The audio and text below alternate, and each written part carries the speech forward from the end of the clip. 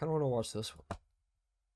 Bobbi Althoff's Really Good podcast started extremely strong, gaining millions of views with unique celebrity interviews. However, in just a year and a half, her viewership has basically flatlined, with almost 300,000 people agreeing I've never seen an industry plant fall off harder than she did. Bro, if you get a tweet from, like, this account, this Kira account, or, like, Fearbuck, or Dexerto, or however you say it, bro.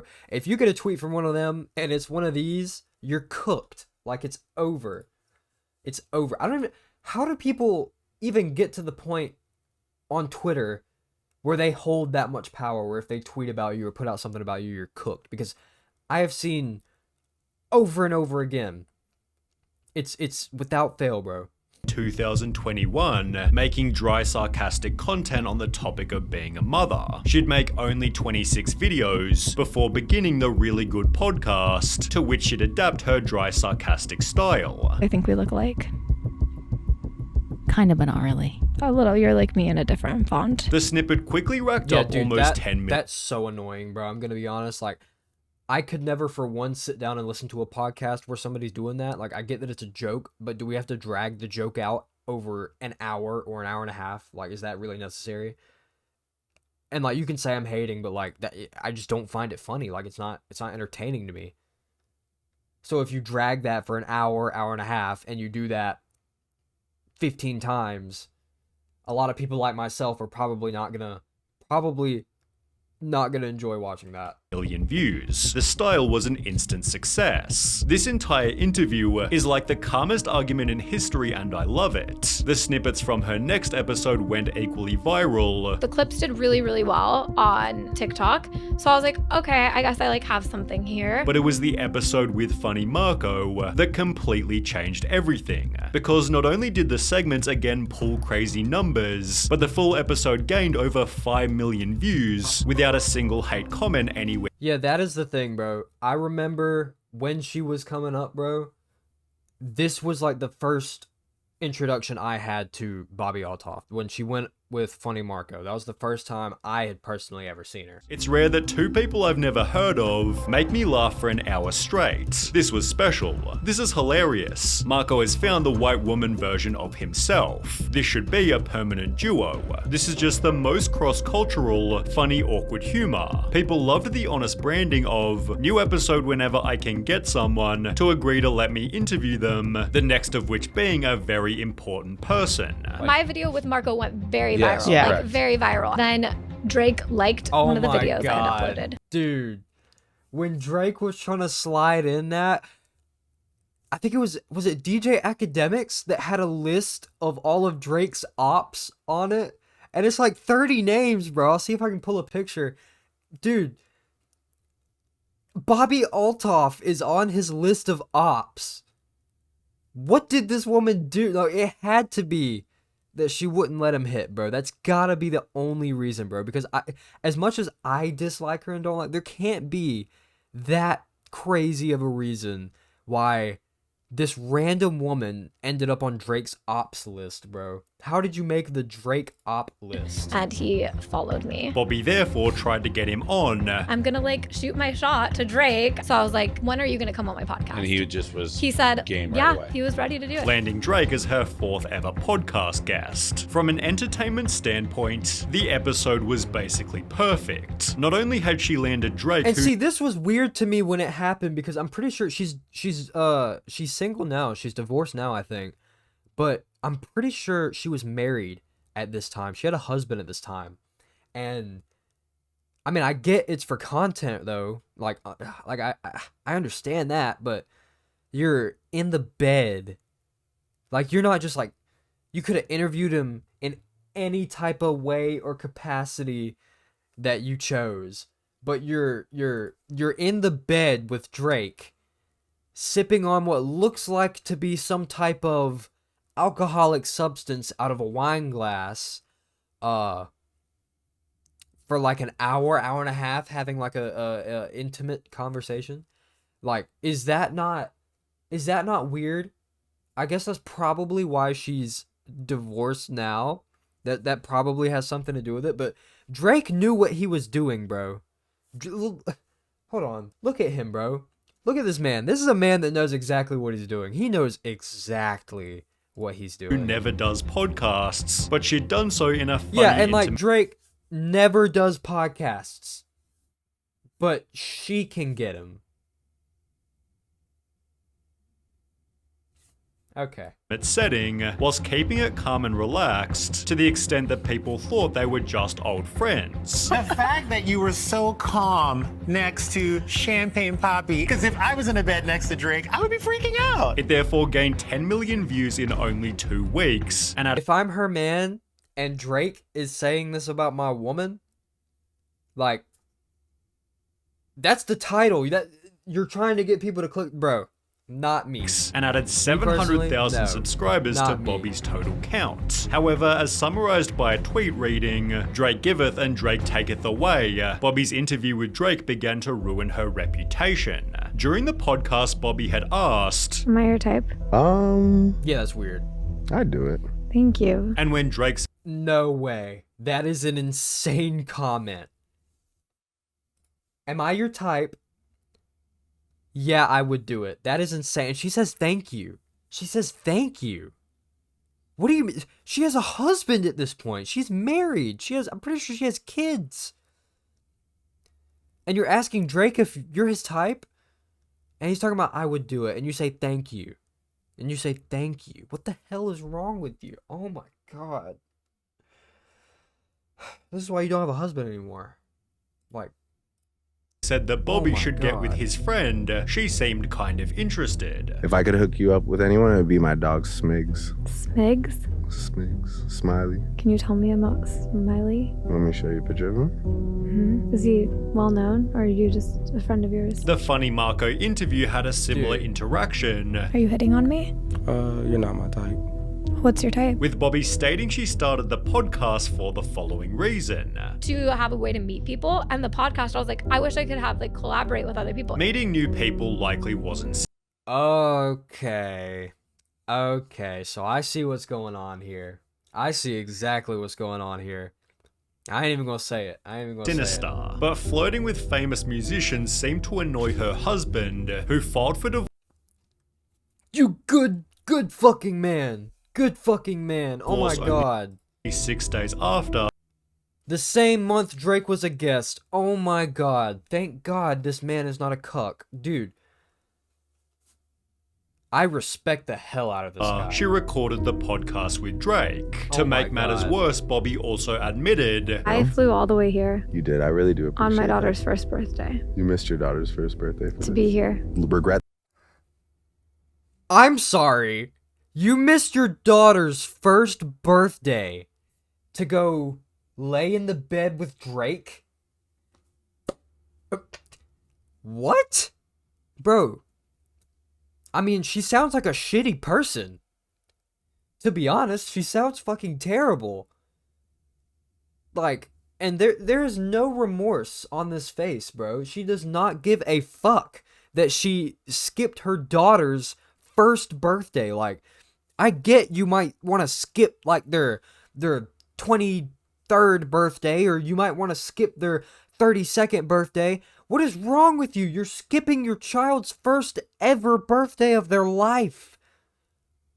What is wrong with you? That you'll never be able to undo. Yeah. Horrible parenting. showing she was kind of ditching her family for Even Drake called it out. Even Drake called it out. You're a Social terrible media parent. fame. Oh my Is it kind of god. strange to anyone else that this woman who is married with children is constantly asking during these interviews with these rappers if basically they would go out with her, if basically they would sleep with her if they like her? She'd confirmed the divorce in a TikTok post, with comments stating celebrity status always ruins the best things in life. Bro, celebrity status probably has nothing to do with it because dude, if she'll do it with fucking Drake, okay?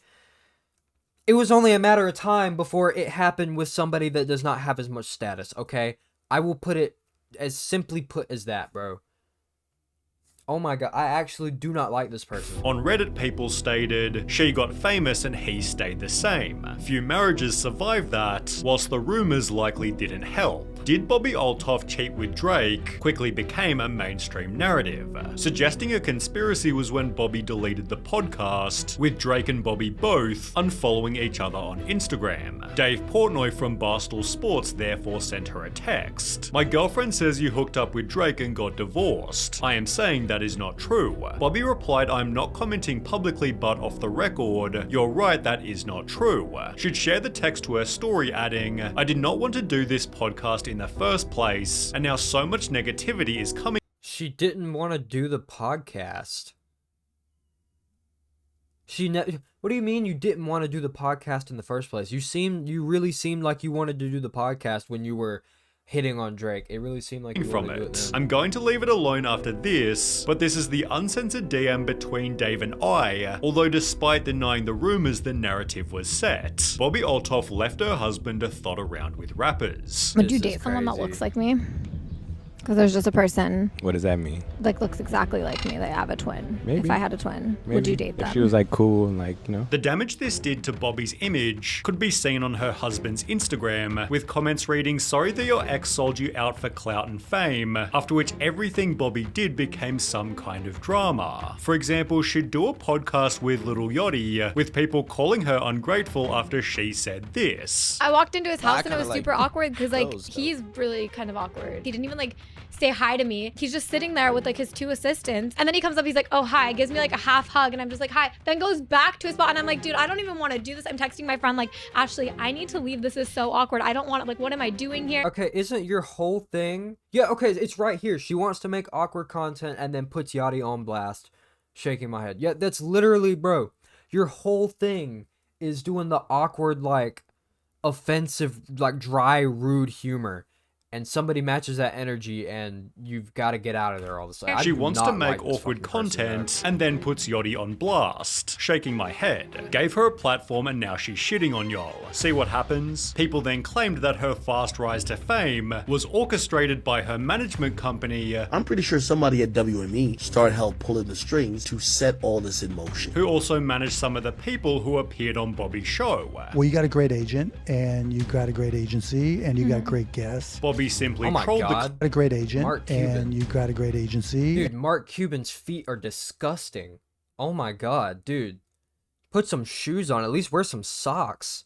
Holy shit, dude. He's got disgusting ass feet. And you got great guests. Bobbi simply trolled Wash the those claims, toes. but there were other inconsistencies. She constantly claimed that she was broke People think I'm joking about being in debt. I'm not. Like, I put every penny I had into this podcast. and told Mark Cuban this. I don't have any money None? at all. I have debt, actually. You have debt? How much debt do you have? Like $20,000 of debt. Then further added in her Rick Glassman podcast. Every time a credit card maxes out, I have to switch to another.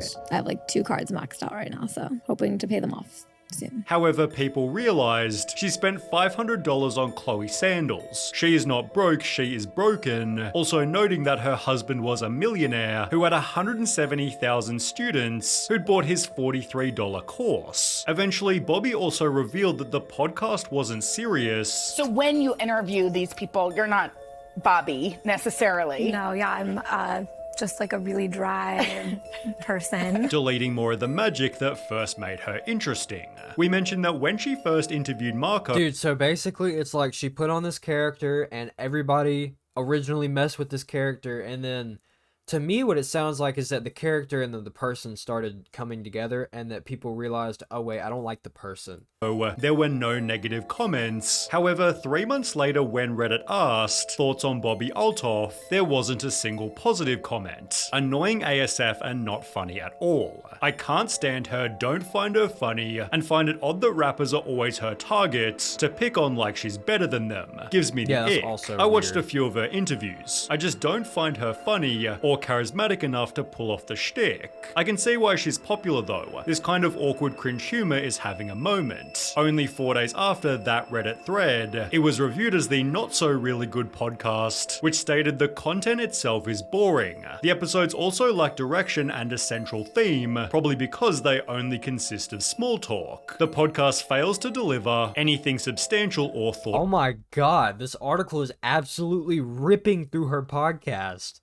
provoking. Instead, it provides a glimpse into how celebrities behave in casual settings, which may seem intriguing to some, but ultimately failed to engage me. Another person said that Bobbi's podcast sadly points out how real hip-hop journalism has been practically erased, while even funny Marco began to critique her show. With me, it was like, I think you're funny, Marco, but let me learn about you. Like, trying to figure me out. But now it's like the interviews, I think they're like, she's trying to shit on people. And when I watched the interview with Offset, I was like, damn, that was pretty bad. As mentioned, she was plain disrespectful during her podcast with Offset, leading him to respond with similar energy. You need a little bit of seasoning. You ain't got no seasoning, man. You like a plain piece of chicken just on the thing, you pull it off, and then you serve the dish. It seemed this was where many people quit watching Bobbi's show, aided by full podcast episodes that were just promoting products. In the process, she'd also change her appearance, leading to criticism bad enough for Bobbi to respond. Wait, she got filler? I am so tired of all of the comments of people saying, dude, did she get filler? I didn't know she had anything done. She ruined her face. The only thing I have done to my face is that I have a little bit of filler in my upper lip, okay? I do not have cheek filler. In a different video, she talked about getting other procedures. I went in to get my zit injected and I left with a Botox in my forehead, which, you know, that's fine, that's normal. I had lines here. I also didn't like that this would crease so much when I'd smile, so I got under eye filler. So I got Botox injected right here. Which, perhaps unfairly, has only led to even more hate. Her 15 minutes are up. Bye, Bobbi. I am so tired of Bobbi. Get off the internet, boring. The last couple of months, however, have been even worse. For starters, the style of the podcast has changed. The dry, sarcastic humor has become normal conversation, and all the awkward, quiet moments are often removed in editing. Strangely, however, this only makes it even more awkward and less entertaining, as it feels like any other normal podcast. How old are you? Me, I'm 21. You're 21? Yeah. Oh, you're so young. I'm a baby still. Wait, I didn't realize you were so young. I thought we were... This is the worst interaction I've ever seen in my life. Oh my god. First of all, what is this outfit, first of all? That is not what we're doing. Second of all, this conversation might actually be the most brain-dead conversation I've ever heard in my life. Talk about something.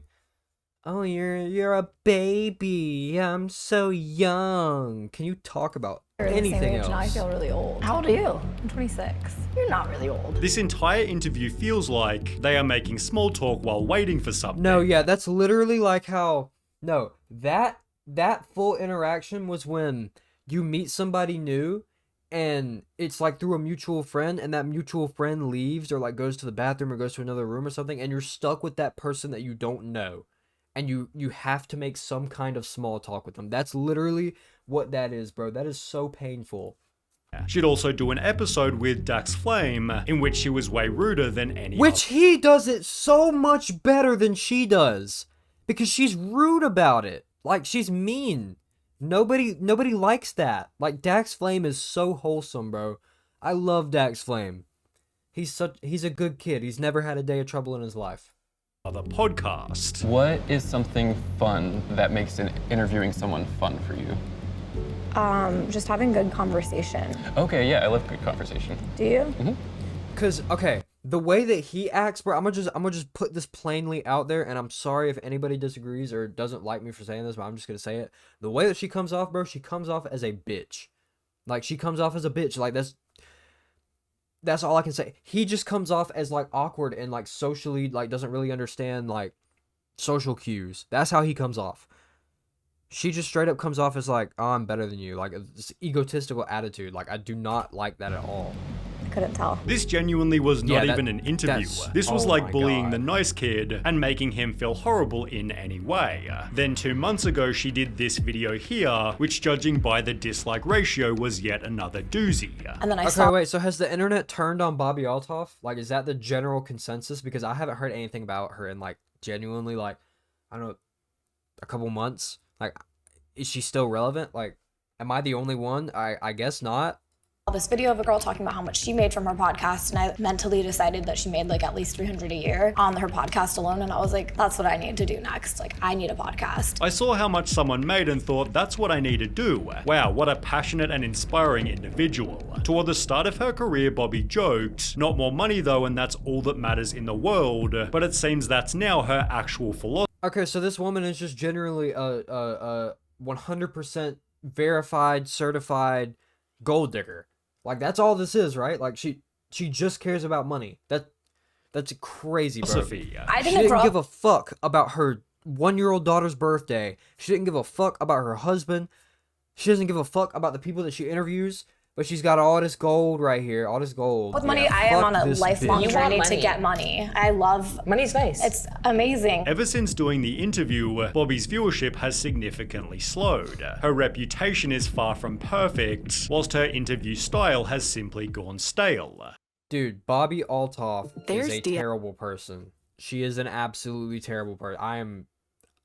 After watching this video, I absolutely hate her. Dude, like, I wish for bad things to happen. Like, that's terrible. I hate that woman. Jesus Christ. Okay, next segment.